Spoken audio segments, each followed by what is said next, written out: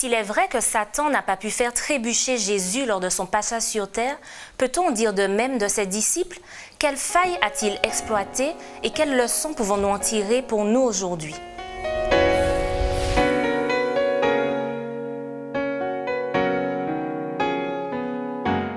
Bienvenue, chers amis, dans votre émission Autrement dit, une émission consacrée à l'étude de la parole de Dieu.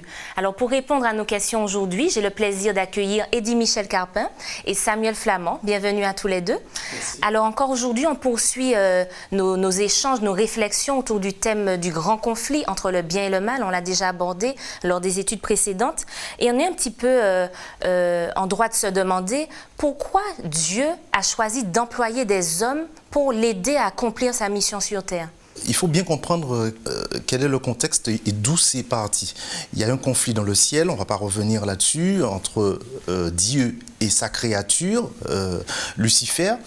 Et puis, il y a ce qui s'est passé sur Terre après, puisque le diable a été expulsé du ciel. Ce qui s'est passé, le diable qui a incité nos premiers parents à basculer dans le péché. Et depuis cette période-là, le diable s'ingénue à faire croire que Dieu est dans l'arbitraire et que les êtres humains ne peuvent l'adorer que par intérêt. Donc Dieu va effectivement utiliser les êtres humains dans ce contexte de grand conflit entre lui et Satan pour montrer à travers les êtres humains qu'il y a des êtres humains qui le servent, qui l'adorent, qui cheminent avec lui de manière désintéressée. Et ces êtres humains-là vont, parce qu'ils ont compris l'enjeu du conflit, ces êtres humains-là vont se poser résolument du côté de Dieu et Dieu va prouver d'une certaine manière à Satan, eh bien que voilà des êtres que j'ai créés et qui ont compris que je suis celui vers lequel ils doivent se tourner, celui avec lequel ils doivent marcher. Alors, comment Jésus a sélectionné ces personnes dont tu parles, donc les disciples pour parler d'eux, et comment les a-t-il appelés concrètement? Alors, bien évidemment, lorsque nous lisons le Nouveau Testament, on va observer que Jésus va poser un certain nombre d'actes, un certain nombre d'actions. On voit bien que la question du conflit, puisque Jésus est face à la maladie, Jésus est face à la souffrance, Jésus fait face aussi à certaines possessions démoniaques, et Jésus va agir par rapport à cela. Et autour de lui, il y a des hommes, des femmes qui observent, et la Bible ne va pas nous dire comment Jésus va faire. La Bible va simplement nous dire qu'il va choisir Pierre, Jacques, Jean, lors de dans certaines circonstances, il va les appeler, mais la Bible ne va pas nous donner les critères. Au contraire, lorsqu'on va observer leur cheminement avec Jésus, on va simplement observer que ce sont quand même des hommes comme tous les autres. Ce sont des êtres imparfaits, j'ai envie de dire. Ce sont des êtres imparfaits, et à la limite, on pourrait se demander, mais tiens, pourquoi est-ce que Jésus les a choisis? Mais en tous les cas, il les a choisis parmi différentes strates de la société, si je puis dire ainsi. Il y avait des entrepreneurs, des marins-pêcheurs, il y avait des scribes, il y avait des péagers, il y avait des hommes de loi, il y avait un peu de tout dans le groupe. Maintenant, dans le groupe élargi aussi, parce qu'il y a les 12 disciples appelés par Jésus, mais il y a aussi un groupe élargi, et dans ce groupe, on sait qu'il y avait aussi un certain nombre de femmes qui suivaient, qui aidaient aussi financièrement. Et tout ceci permettait justement à l'enseignement de Jésus de se propager, mais ça lui permettait aussi de former un certain nombre d'hommes et de femmes pour être ses collaborateurs par rapport à la mission qu'il va leur confier par la suite. Pensez-vous en tout cas que Satan ait exploité justement certains défauts, certaines failles de ces personnes pour court-circuiter un petit peu le plan de Dieu? Pour parvenir à son objectif, Dieu, quand il regarde les hommes qu'il a choisis, il voit leur potentiel, il voit ce qu'il peut réaliser avec eux. S'agissant de Satan, eh bien, on sait bien que dans le monde dans lequel on vit, il y a deux influences. Et l'homme peut être sous l'influence de l'Esprit de Dieu ou sous l'influence de Satan. Et on voit bien dans la Bible, en tout cas dans l'expérience des disciples, que quand Jésus s'adresse par exemple à Pierre et qu'il lui dit qu'il va mourir, qu'il ressuscitera, etc., Pierre lui dit que ça ne va pas se produire. Donc on voit bien que c'est l'esprit du mal, Satan, qui est en train de parler à travers Pierre à ce moment-là. Et d'ailleurs, Jésus lui dira « Arrière de moi, Satan ». Jésus a choisi parmi les 12 envoyés, les 12 apôtres, il a choisi Judas. On voit bien que Judas, quel était son objectif.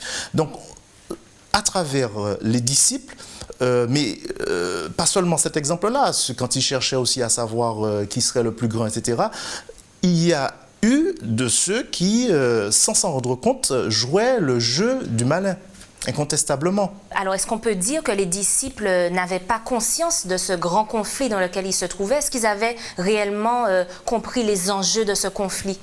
Alors, je pense que les disciples avaient très certainement partiellement perçu l'enjeu et très certainement ils avaient surtout observé un enjeu à court terme, mais pas à long terme.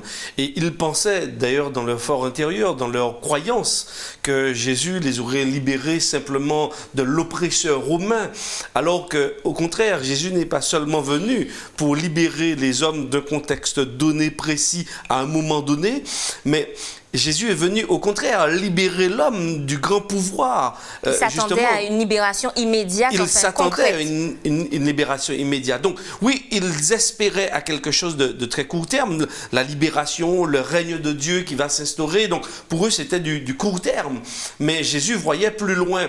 Et là, je pense que les disciples, et Samuel a cité quelques exemples par rapport à la mort de Jésus, l'annonce de la mort de Jésus, l'attitude des disciples, ceux qui cherchent véritablement à être au-dessus des autres, alors que ce n'est pas véritablement la philosophie de vie de Jésus. Et ce n'est pas la priorité par rapport à l'événement de la mort prochaine de Jésus. Ce n'est pas la priorité par rapport à la mort prochaine, mais ce n'est pas non plus le modèle par rapport justement à ce grand conflit. Parce qu'il ne faut pas oublier que l'objectif de Satan, c'est de faire l'homme dominer, être son propre maître, mais dominer aussi les autres, de les écraser, de les opprimer. Alors que Jésus, il vient à l'inverse. Jésus vient au contraire pour servir, vient pour aimer, vient pour apporter un baume à ceux qui souffrent. Donc effectivement, il y a divergence de point de vue, mais je pense qu'au fur et à mesure, les disciples ont un peu mieux saisi, mais véritablement, leurs yeux se sont ouverts, d'après le texte biblique, dans l'Évangile selon Luc, chapitre 24, vraiment à la résurrection de Jésus. Et lorsque Jésus va leur expliquer les Écritures par rapport à tout ce que Dieu avait déjà enseigné comme des petits modèles, eh bien, leurs yeux vont s'ouvrir et ils vont un peu mieux comprendre le grand conflit et surtout l'issue du grand conflit et ce que Jésus était venu leur apporter. Alors, si je puis ajouter une chose, c'est que les disciples avaient compris la messianité, ils avaient intégré cela, que Jésus était le Messie. Le Fils de Dieu. Quand on voit l'attitude de Pierre qui estime qu'il est indigne, etc., ils avaient compris, et d'une manière générale, presque tous, on peut dire, ils avaient compris cela. Mais effectivement, ils pensaient qu'il y aurait quelque chose d'immédiat qui allait être mis en place, ça on l'a dit. Mais on voit le côté humain qui est toujours bien présent. Eddie Michel disait que quand ils sont sur le chemin d'Emmaüs, que Jésus leur parle aux deux qui sont là, et après certainement avec les autres, là on voit qu'il y a une compréhension supplémentaire des Écritures et puis du lien entre ce qu'il y avait dans la Torah, dans les Écritures qui existaient à l'époque, et puis le Christ. Donc ils comprennent un peu mieux les choses. Mais quand bien même, malgré cela, on voit que Jésus meurt Et lorsque je lis le livre des Actes, Jésus annonce le Saint-Esprit et que l'Esprit Saint viendra. Il y en a encore qui le disent, est-ce en ce temps-là que tu vas rétablir le royaume d'Israël? Donc ils n'ont pas encore tout à fait bien compris. Ils croient toujours qu'il y aura un royaume terrestre et Jésus leur répond, il leur dit que ce n'est pas à vous de savoir quand ça va se faire. Donc Jésus est peut-être exaspéré aussi peut-être de leur ignorance. Ils ont quand même pas passé un certain nombre d'années avec Jésus et comme tu l'as dit, ils n'ont toujours pas compris que ce conflit et les enjeux les dépassent leurs propres problématiques. Mais on voit que Jésus va voir qu'il y a du potentiel chez ces hommes-là qui vont faire des choses extraordinaires justement dans le livre des Actes. Oui, Eddie Michel, tu voulais rajouter? Non, j'aurais simplement dit que Jésus prend quand même le temps, en dépit de la faiblesse de l'être humain, et Samuel l'a dit également, il prend le temps quand même de leur enseigner, de laisser des fondamentaux sur lesquels ils pourront construire, sur lesquels ils pourront vraiment se réfugier, si je puis dire, pour s'élancer dans cette mission avec Dieu. Mais en tous les cas, je pense que jusqu'au bout, et même lors de leur mort proche, je pense que les disciples espéraient que ce serait de leur vivant qu'ils auraient vu le royaume de Dieu s'instaurer. Et pour nous aujourd'hui, qu'est-ce qui change quand on accepte Jésus dans sa vie, on accepte de le suivre concrètement? Mais quand ils ont accepté Jésus, enfin ils ont accepté de le suivre parce que Jésus leur a demandé de le suivre. Certains parlent même de tout quitter et de le suivre. Le texte nous dit oui, qu'ils ont tout laissé pour le suivre. Alors dans le contexte là de Luc, qu'ils étaient en train de pêcher, certains commentateurs disent qu'ils ont même laissé le poisson qu'ils venaient de pêcher. Alors ce n'est pas sûr. Moi je vois ça plutôt dans une autre dimension, le fait de tout laisser, c'est-à-dire de laisser sa famille, laisser son travail, laisser, etc. Au sens figuré, et peut-être même ne pas donner une place aussi prégnante qu'avant à toutes ces activités-là, toutes ces choses-là qui étaient très chronophages, qui leur prenaient du temps pour suivre Jésus. Et ils étaient avec lui tout le temps. Tout le temps. Et c'était des jeunes, on a une image aujourd'hui, on pense que ces disciples-là, c'était des gens qu'on voit avec des barbes, etc. Ils étaient des jeunes qui suivaient Jésus comme ça. Alors, c'est vrai que c'est un contexte particulier, puisque ces personnes marchaient au sens propre du terme avec Jésus, mais nous qui n'avons pas Jésus aujourd'hui, qu'est-ce qu'il nous demande? De tout quitter pour le suivre aussi, de se consacrer à cette mission, l'évangélisation? Alors justement, Jésus nous invite, tout comme les disciples, à comprendre l'enjeu du grand conflit. Il a besoin des hommes et des femmes qui soient et des femmes à plein temps, parfois qui consacrent, comme les disciples, leur vie à prêcher l'évangile, à être en aide aux autres, à voyager pour que ce message de salut par rapport au grand conflit, par rapport au salut que Jésus veut apporter, eh bien, le transmettre. Mais je crois que nous pouvons aussi, indépendamment de ces personnes qui consacrent leur vie, leur temps entier à cela, chacun de nous, et quelle que soit notre sphère d'activité, nous pouvons être ce disciple. Jésus nous demande tout d'abord, et Samuel l'a déjà dit, de tout quitter. Mais tout quitter ne veut pas dire laisser son épouse, laisser son époux, laisser sa maison, mais c'est un état d'esprit. C'est-à-dire que ce ne sont plus désormais les choses purement matérielles qui doivent être notre priorité, le centre de notre vie. Le centre de notre vie, au contraire, Jésus souhaite qu'il puisse être, lui, le centre de notre vie, parce que c'est ainsi que la vie prend un sens. Et à partir de ce moment-là, eh bien, je peux être un disciple, je peux rendre témoignage de ce grand conflit, justement, à mon travail, quel que soit là où je me trouve dans le fonctionnement social. Donc le but n'est pas non plus de vivre en autarcie, justement, du monde. On est quand même dans le monde, on fonctionne. L'objectif n'est pas là. Jésus a bien dit, vous êtes dans le monde, mais vous n'êtes pas du monde. Mais quand il dit ne pas être du monde, c'est par rapport à la philosophie du monde. La philosophie du monde, et on l'a dit déjà, elle est imprégnée de la philosophie de l'adversaire, de Satan lui-même, qui cherche justement à nous écarter. Donc à détourner l'attention finalement de Dieu, c'est ce que tu veux dire? Oui, tout à fait.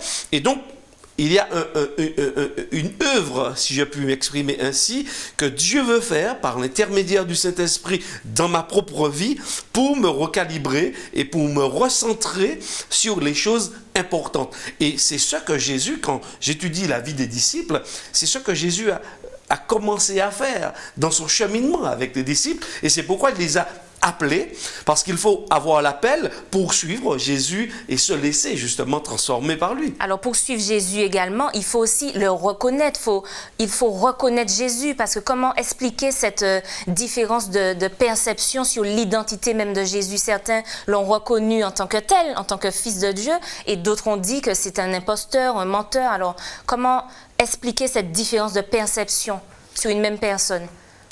Eh bien, il y a ceux qui sont appelés, qui acceptent l'appel, et puis il y a ceux qui n'acceptent pas l'appel. Alors, c'est une question de quoi? De prédisposition de cœur? Je pense que tu fais référence notamment aux pharisiens, aux scribes, etc., qui ne reconnaissaient pas la messianité de Jésus. Il n'y a pire aveugle que celui qui ne veut pas voir, parce qu'il y avait des signes patents pour des gens qui étudiaient la parole, mais qui ne voulaient pas voir en Jésus, parce qu'ils pensaient effectivement que ce serait quelqu'un qui viendrait dans le faste, qui ferait des choses extraordinaires. Enfin, Jésus certes a fait des choses extraordinaires, mais des choses visibles qui auraient détruit l'oppresseur romain, par exemple. Et Jésus, justement, ce n'est pas comme ça qu'il a procédé. Donc ça les a un peu, si je puis dire, déstabilisés. Mais ils ont refusé, je crois, de voir la réalité de la messianité de Jésus, qui était quand même évidente et qui avait été annoncée dans l'Ancien Testament. Quand on lit le livre du prophète Ésaïe, qu'il est question du serviteur tout souffrant, il n'a jamais été question du roi omnipotent. Il a été question de serviteur souffrant. Comment ils interprétaient cela? Donc il y a quand même un problème d'interprétation. Mais même aujourd'hui encore, il y a des personnes qui ont la foi, la compréhension en tout ce qu'on est en train de dire dans la parole de Dieu, et d'autres qui n'ont pas la foi. Alors, comment expliquer encore aujourd'hui cette différence justement de perception, de croyance? Oui, parce qu'il y a des gens, et je pense que Samuel a déjà donné les éléments de réponse par rapport à cela. C'est-à-dire que si nous avons une idée trop arrêtée, de mon point de vue, de qui doit être Dieu, de ce qu'il doit faire, je pense qu'on va passer à côté de l'évidence, comme à l'époque des disciples, comme à l'époque des scribes et des pharisiens. Donc c'est peut-être trop simple pour nous. Jésus était au milieu d'eux, il y a beaucoup qui sont passés à côté. Eh bien, je crois que si nous sommes trop figés par rapport à notre attente de ce Messie, de ce Sauveur, de ce Dieu, de mon point de vue, on va passer à côté. Je pense que c'est beaucoup plus simple que cela. Jésus nous invite, parce que c'est pareil, comment peut-on découvrir quelqu'un, le véritable caractère de quelqu'un? Il faut au moins commencer par le fréquenter. Et c'est dans la fréquentation, de mon point de vue, qu'on va découvrir et que cette personne va se révéler à nous. Mais cette personne n'est plus là. Nous n'avons pas cette chance, comme les disciples, de marcher avec Dieu. Elle n'est plus là comme pour les disciples, mais Samuel a dit quelque chose de très important tout à l'heure concernant le Saint-Esprit. Jésus a dit, je vous donne un autre consolateur.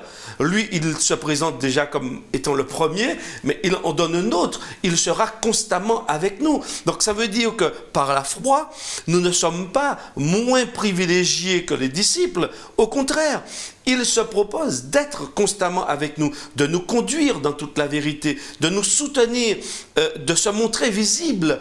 Alors bien évidemment, et je reviens par rapport à ce que je disais, il faut pour cela se laisser conduire et faire tomber nos propres barrières pour l'accueillir tel qu'il est. Alors comment avoir la foi en tout ça? Parce qu'on dit en même temps que la foi est un don de Dieu. Alors, si on ne croit pas en Dieu. Alors, si tu permets, je veux quand même revenir sur un point qui est quand même important, c'est l'idée du Dieu avec nous. Le Saint-Esprit est avec nous aujourd'hui, mais Jésus, c'est Emmanuel, donc il est avec nous. Et puis, quand il parle aux disciples, j'ai relu ce texte-là, c'est quand même intéressant. On dit qu'il en établit 12 pour les apôtres, pour les avoir avec lui. Donc, ce n'est pas simplement un Dieu qui nous met au boulot, qui nous envoie. Il nous prend des gens pour les envoyer, et puis il nous utilise, nous sommes ses instruments, parce que ça, c'est un peu particulier. Non, c'est un Dieu qui veut être avec nous. Qui marche avec nous au quotidien. Oui, et c'est peut-être ce qui a posé problème aux pharisiens, aux scribes. C'est-à-dire qu'ils voyaient un Dieu justement au-dessus de nous, si j'ai envie, si je puis dire. Or là, c'est le Dieu avec nous, le Dieu qui a grandi avec nous, qui jouait peut-être au football avec nous, qui allait à la mer avec nous, qui jouait avec nous, qui rigolait avec nous. C'est ça, Dieu avec nous. Et c'est ce que Dieu veut. Il ne veut pas être au-dessus de nous avec sa toute-puissance et que nous venions à chaque fois faire des génuflexions apeurées parce que c'est le Dieu au-dessus de nous. L'adoration, certes, mais une adoration, et on est, l'apôtre Paul nous dit, on est les co-héritiers de Christ. Donc nous sommes les frères de Jésus. Et c'est Jésus, justement, ce Dieu-là. Donc ce n'est pas un Dieu qui nous soumet, qui nous a servi. Tout à fait. Alors, ce que je disais à l'instant, tout ce que vous démontrez tous les deux est très intéressant, mais ça relève quand même du domaine de la foi. Il faut quand même croire. Et on dit souvent que la foi est un don de Dieu. Alors, comment comprendre cela, puisqu'on reste libre de l'accepter, et pourtant, c'est quand même un don fait par Dieu? Je dirais simplement qu'il faut oser croire. Il faut oser accepter que Dieu se révèle de cette manière. Et Samuel, moi j'ai beaucoup apprécié son intervention, le Dieu avec nous. Mais si on refuse de l'accepter comme cela, même si la foi elle est là, même si Dieu veut faire naître cette foi en nous, mais si on refuse de l'accueillir tel qu'il veut être avec nous, on passera à côté. Il n'y a pas de recette miracle pour avoir la foi. La recette, c'est oser entrer dans la relation, oser justement accueillir ce Dieu qui veut être avec nous. Mais est-ce que tout ça ne dépend pas aussi de notre vécu, de nos attentes personnelles? Certains vivent très bien sans ce besoin de croire en tout ça. Certains vivent très bien. D'autres peut-être ont un manque, je ne sais pas, affectif et envie de croire en ce salut, en ce Dieu qui est là avec nous. Donc, est-ce que ce n'est pas une question d'attente, de vécu? Le gros problème, justement, c'est qu'on considère la religion qui est en fait une forme de support de la spiritualité comme le libre service où on vient se servir, on vient prendre ce qui nous intéresse, ce qu'on n'a pas. Donc, on n'est pas bien effectivement. On pense qu'on va rentrer dans cette religion, on va rentrer en religion pour pouvoir obtenir cela. Mais on n'a pas compris, très souvent, on ne comprend pas que ce n'est pas la religion qui est importante. C'est la personne dont on parle dans cette religion-là et c'est la personne qui est incarnée, si je puis dire, à travers ce que l'on dit dans cette religion-là.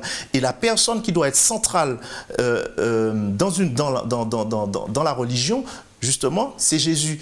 Et ce qu'on doit mettre en premier lieu, ce n'est pas tant la religion, justement, que la spiritualité, le degré de spiritualité qu'on aura et la place qu'on donnera à cette personne-là qui est Jésus dans notre vie de tous les jours. Alors, puisqu'on parle aussi du grand conflit entre le bien et le mal, deux forces comme ça qui s'opposent, pensez-vous que là encore, dans notre perception même de la réalité, de la vérité, Satan, l'adversaire, intervient également?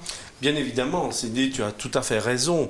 Et quand on parle de foi, de ceux qui accueillent favorablement, de ceux qui sont plus lents à croire, nous sommes véritablement dans le conflit, au cœur du conflit.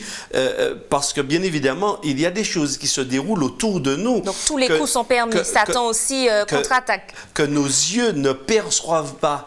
Et il y a, oui, des anges de Dieu qui agissent pour nous protéger, pour nous permettre de découvrir les évidences. Mais de l'autre côté, l'adversaire va utiliser tous les moyens. La nature elle-même, elle est soumise aussi au péché.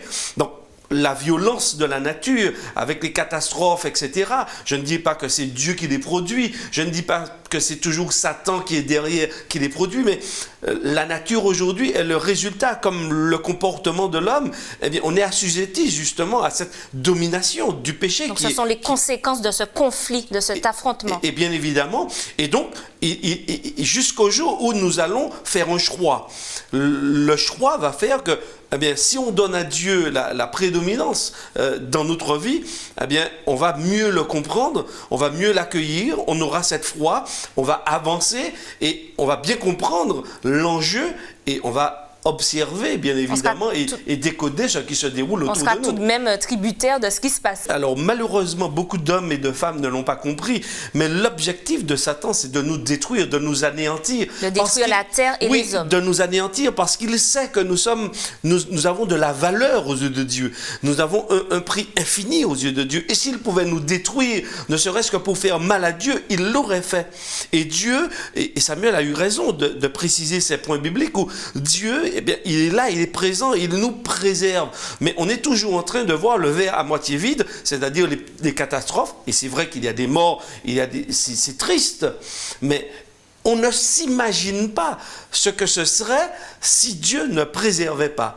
Et je pense qu'il faut bien comprendre le projet de Dieu pour continuer, en dépit de tout, à lui faire confiance et comprendre que l'objectif de Dieu, et quand on parle du grand conflit, c'est pas seulement pour parler de l'opposition entre Dieu et Satan, mais c'est surtout pour parler aussi du projet de salut, de sauvetage que Dieu a au milieu justement de toute cette tempête.